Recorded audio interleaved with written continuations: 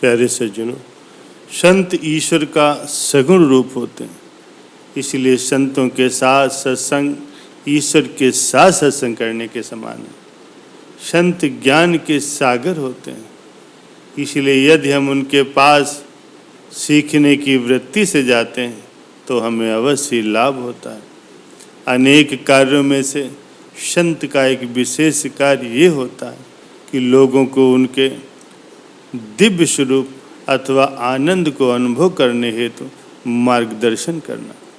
यद्यपि संतों में विद्यमान ईश्वरीय तत्व अथवा देवी तत्व अत्यंत सूक्ष्म होने के कारण अधिकांश साधक इसे समझ नहीं पाते, क्योंकि संत को पहचानने के लिए आवश्यक सूक्ष्म को समझने की क्षमता साधक में नहीं होती। इसलिए अधिकांश साधक संतों के स्थूल विशेषताओं जैसे उनके व्यवहार, उनके रूप, उनके बोलने की कला आदि पर अधिक ध्यान देते हैं। विभिन्न संतों की स्थूल विशेषताएं स्वाभाविक रूप से भिन्न भिन्न होने के कारण साधक प्रायः विभिन्न संतों में उनकी तुलना करते हैं कि ये संत अन्य संतों से श्रेष्ठ हैं, ऐसा सोचते हैं।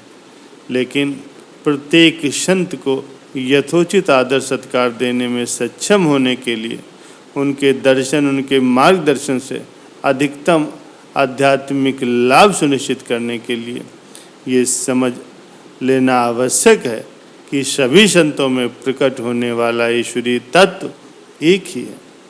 प्यारे सज्जनों, जब हम संतों के सामने जाते हैं, उनके चरणों में उपस्थित होते हैं, तो हमें कैसा व्यवहार करना चाहिए जिससे हम उनके सानिध्य में पूर्ण रूप से लाभान्वित हों। प्यारे सज्जनों, संतों के पास इस भाव से जाना चाहिए कि वे संत स्वयं ईश्वर का रूप हैं और संतों के प्रति आदर का व्यवहार करना चाहिए। संतों से मिलने पर उन्हें दंडवत प्रणाम करके उनके चरणों में समर्पित होने का भाव रखें और इस भाव से उनके चरणों पर अपना शीश रखें। और ऐसा करने से संत के चरणों से निकलने वाली आनंद की तरंगें अधिकतम मात्रा में ब्रह्म रंध्र के माध्यम से व्यक्ति के शरीर में प्रवेश कर जाती हैं। प्यारे सज्जनों, संतों की उपस्थिति में अधिक से अधिक नाम का जप करना चाहिए। संत का ध्यान तो केवल हमारी साधना और ईश्वर तक पहुँचने के हमारे प्रयासों से होता है। संतों की उपस्थिति में नम्रतापूर्वक बोलना चाहिए, न कि ऊंचे स्वर में और कभी भी आवेश में नहीं बोलना चाहिए। कभी भी उनकी परीक्षा लेने के लिए कोई प्रश्न आदि नहीं करना चाहिए। यदि कोई संत की परीक्षा लेने का प्रयास करता है, तब वो साधक स्वयं को श्रेष्ठ समझने की भावना को दर्शाता है। इसलिए संतों से कुछ भी सीखने की अथवा उनकी कृपा प्राप्त करने में बाधा उत्पन्न होती है।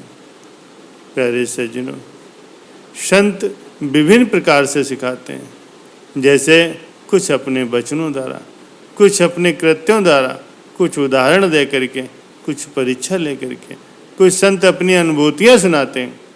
इसलिए व्यक्ति को सदा ही अपने सीखने की वृत्ति को बनाए रखना चाहिए। साथ ही साथ संत जी की सीख का अध्ययन करने, उन्हें समझने और उनकी आज्ञा का पालन करने के लिए निष्ठापूर्वक प्रयास करना चाहिए।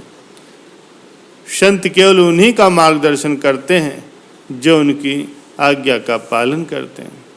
प्यारे सज्जनों, कभी कभी संत हमें डांटते फटकारते हैं अथवा कोई कठोर शब्द कहते हैं, लेकिन हमें उससे दुखी अथवा अपमानित अनुभव नहीं करना चाहिए।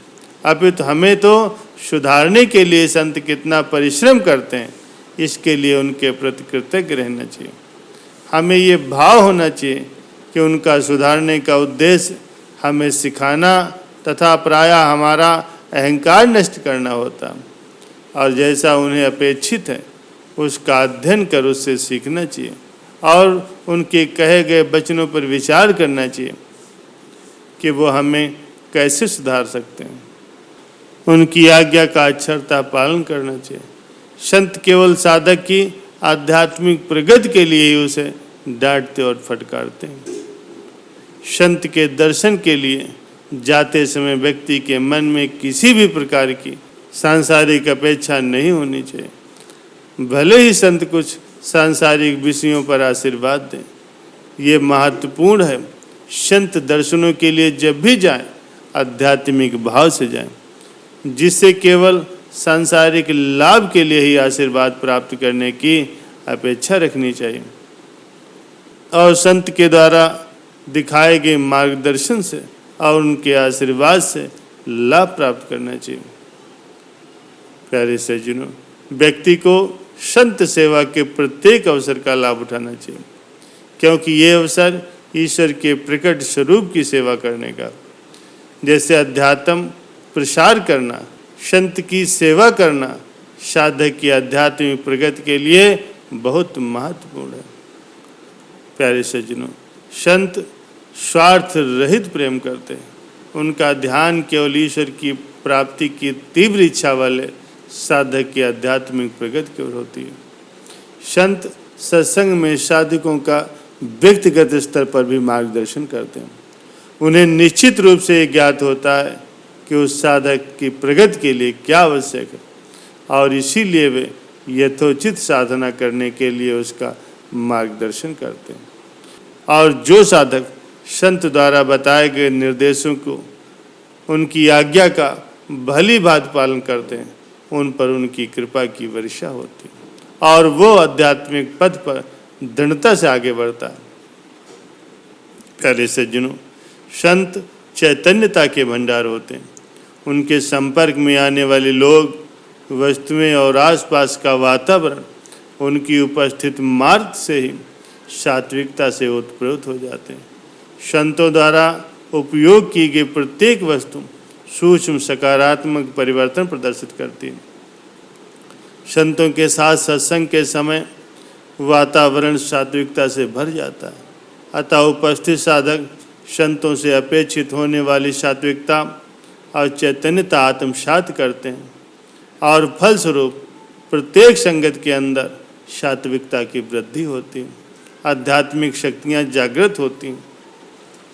प्यारे सज्जनों, संचित और प्रारब्ध कर्म संतों की कृपा से टल जाते हैं। हम जब भी संत दर्शनों के लिए जाएं, हमें कुछ न कुछ दान अवश्य करना चाहिए। संत ईश्वर का सगुण रूप होते हैं, इसीलिए संतों को अथवा उनके आध्यात्मिक प्रसार के कार्य के लिए धन अर्पण करने से व्यक्ति का संचित कर्म घट जाता है और प्रारब्ध सहन करने के सामर्थ्य में वृद्धि होती। इसलिए जब भी संभव हो, दान देने का अवसर प्राप्त होने पर कृतज्ञता भाव रख करके संत अथवा उनके कार्य में जो भी सहायता कर रहे हैं, उसमें अहंकार से मुक्त होकर के जो कुछ भी धन हो सके संतों को अर्पण करना बहुत जरूरी है। प्यारे सज्जनों, सबसे महत्वपूर्ण बात यह है, हम जब भी संतों के साथ नियमित सत्संग में जाते हैं तो हमारे आध्यात्मिक प्रगति होती है और इसके साथ ही साधक को और अधिक साधना करने की अधिक प्रेरणा प्राप्त होती है, जिससे वह संत के सत्संग में रह पाने के लिए और उनकी कृपा प्राप्त करने का पात्र बन जाता है।